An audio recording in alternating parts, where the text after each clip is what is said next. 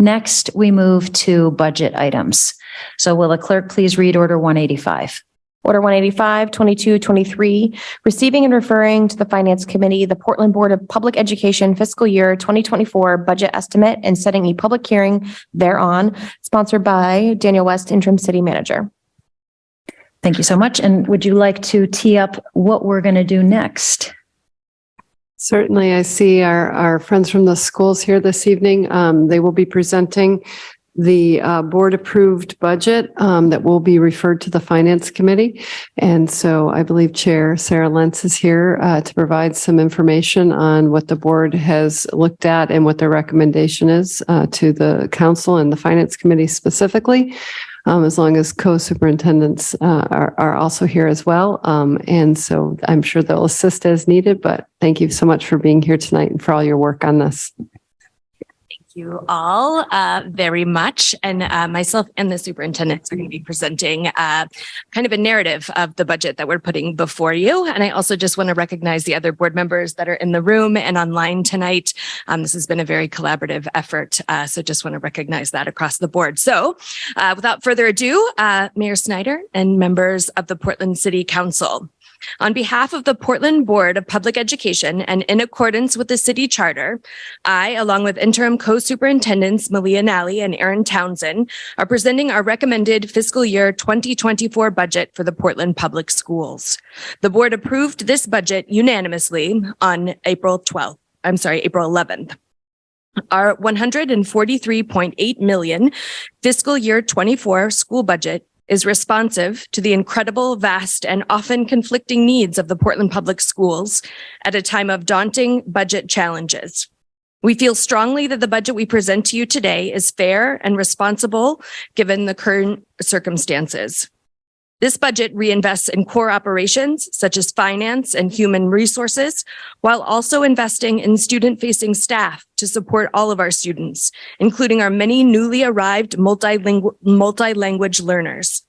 Within this budget, we've also done our best to anticipate and plan for the fiscal year 25 budget, when the district will no longer have access to federal COVID money and will likely face decreased funding from the state level. This budget does all that while simultaneously being mindful of the tax burden on Portland residents in a year when inflation is higher than most can remember. We began the fiscal year 24 budget process facing formidable fiscal challenges. Inflation and other factors resulted in higher costs, coupled with an unexpected $2.4 million loss in state subsidy and other revenue adjustments. Initially, it would have required us an 8.7% tax increase just for our rollover budget. Adding in other important programmatic budget needs and requests would have required a tax rate increase of 15.5%. Instead, the budget we present to you tonight entails a 5.7% increase in the school tax rate. The process to get to that figure, though, has been thorough and demanding. This budget is the result of many months of hard work on the part of the board and district and school leaders and staff. It reflects many difficult choices informed by voices across our community through public hearings, emails, and conversations with the mayor and city councilors. While we tried to uphold as many as we could, ultimately, many investments have not been included in this budget. Our recommended budget does, however, meet our three key priorities for the 2023-2024 school year. Those priorities are maintaining the commitment to the Portland Promise goals of achievement, whole student, and people, all intertwined with the fourth central goal of equity, being responsive to the needs of all students, especially those newly learning English, and improving operational effectiveness in such areas as finance and human resources. Our budget is also responsive to Portland taxpayers, making use of a significant portion of previously unanticipated funds from a higher state subsidy than expected and a healthcare savings to reduce the impact on the school tax rate. We learned on March 28th that the state had miscalculated its education aid to local school districts and that our district's fiscal year 24 adjusted subsidy would actually be $3.6 million more than expected. The initial budget proposal from co-superintendents Nally and Townsend on March 17th was built on information from the state that we would receive $2.4 million less in state aid than in fiscal year 23. So this additional net of $1.2 million more in state subsidy was very welcome news. In addition, our health insurance rates were recently confirmed as lower than budgeted, resulting in another $400,000 in savings. Our budget uses more than $1 million of these unanticipated funds to reduce the impact on local taxpayers, with the rest used to preserve core programming. When the board approved this budget on April 11th, it was expected that our budget would result in a 6% increase in the school portion of the tax rate. However, the district learned today, April 24th, that as a result of an update to the city's property valuation estimate, our budget's impact on the tax rate will now be lower than 6%. Our recommended this is a tricky number. So $143,810,343 budget for fiscal year 24, which is up $10.7 million over this year's budget, now calls for a 5.7% increase in the tax rate. That is in line with inflation. It also is a significant downward revision from our original 15.5% needs assessment increase, the 7% increase in our superintendent's initially proposed budget on March 14th, and the 6.1% increase our board finance committee recommended on April 3rd. Our budget would raise the overall school tax rate by 40 cents for a total of approximately $7.5 per $1,000 valuation. It would increase the annual tax bill for the median family in Portland, valued at $375,000, by $150 per year, or $12.50 per month. In the spirit of our collaboration with the council throughout the fiscal year 24 budget process, the 5.7% school tax rate increase in our budget is within the 5 to 7% range of budget guidance provided to us by city councilors. Good evening, everybody. So our budget uses the remainder of the unanticipated new revenues to preserve core programming and enable flexibility in managing the challenging budget outlook for the FY25 budget. That upcoming budget year is expected to be particularly difficult because our district will no longer have available ESSER, which is the Elementary and Secondary School Emergency Relief Fund, money granted to school districts during the COVID pandemic, even though the effects of the pandemic continue to remain. And we could have less state education aid due to the city's continued rising property valuations. To help prepare for FY25, we are beginning work to initiate strategic, significant cost savings structural changes while continuing to advocate at the state level for adjustments to the state funding formula. With the additional unanticipated revenues for FY24, we were able to make a number of revenue and expenditure investments and adjustments to the budget that was originally proposed. For example, our budget returns community coordinator positions, which are the people who manage the volunteer program at the local schools, back to the local budget, and returns a number of core services that had been shifted to ESSER in earlier stages of the budget.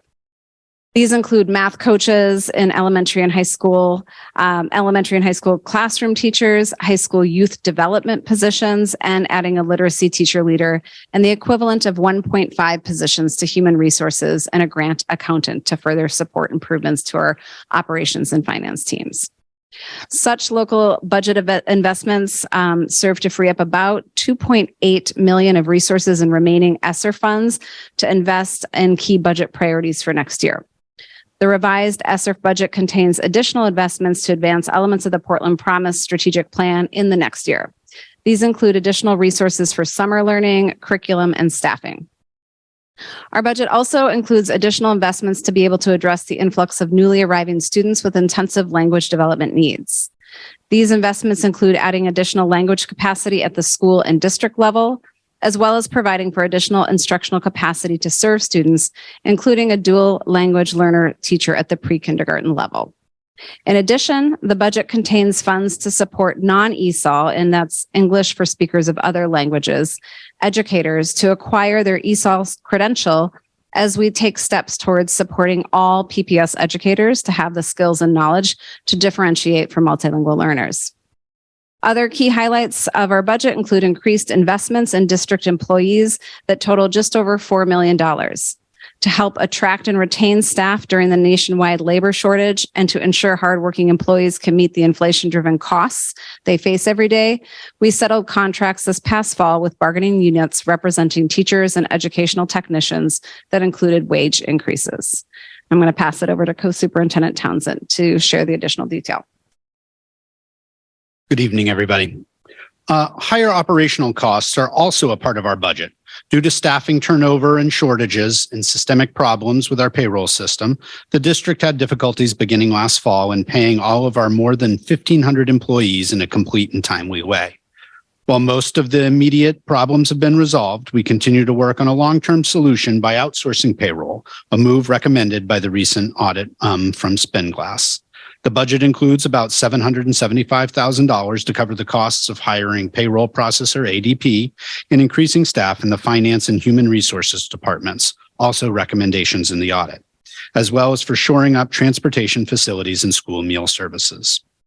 The budget also uses ESSER money to add a few one-year-only positions to address class size challenges at a few grade levels and a few elementary schools to maintain our ratios in grades K through 3. It also includes additional resources for the equivalent of 1.5 new teaching positions at Portland Adult Ed to respond to significant demand for programming. He may choose to use some of that funding in the short term to provide more compensation towards hourly teachers for the preparation work they do outside of the classroom. This budget also reflects an increase of $2 million for out-of-district special education costs for students whose specific IEP needs the district is unable to meet in its schools. These costs are required by law. It also includes debt service costs for the renovations to the 4 elementary schools and the buildings for our future bond approved by Portland voters in 2017. Lyseth Elementary was renovated in 2020, and renovations to a second school, Presumpscott, will be completed this spring. The remaining 2 schools, Reiki and Longfellow, are less than a year away from completion. Through careful financing and use of reserves, the district has been able to defer the impact of debt payments for these projects over time, but this budget does include a $2.2 million increase in debt service for fiscal year 24. In summary, our budget is a balanced and reasonable one, invests in all our students, including our newly arriving multilingual learners, provides fair compensation for our hardworking staff, and shores up core operations, including finance and human resources, while being mindful of taxpayers. As we stated earlier, there are still a lot of needs not fully resourced in this budget, but it accomplishes some important goals, and we are confident it is the best we can do under the current fiscal circumstances. We ask you to join us in supporting this budget and sending it to Portland voters for final approval on June 13th. The Portland community has shown at the polls year after year that they believe strongly in the importance of public education and also in the goal of the Portland Promise to make sure that all of our students are prepared and empowered for college and career. This budget reflects those values, and we encourage you to approve it. Thank you. Thank you all so much for being here. It's good to see you. We appreciate you taking the time and sharing the information with us that you have. I do want to, before we go to public comment, I want to remind people that tonight's public comment is on the council's motion to receive and refer. So we're not actually taking public comment on the content of the Portland Public Schools budget tonight. We're taking public comment on the council's action to receive and refer. What we're doing is referring this to the finance committee that will continue the work. So that's an opportunity for engagement and input on that budget. But just a reminder, so I open it up for public comment on Order 185. Again, the council's action to receive and refer. And we'll go to Christian Neal on Zoom. Hello, can you hear me? Yes, we can. Thank you so much. Christian Milneal, resident of 45 Smith Street in the East Bay side.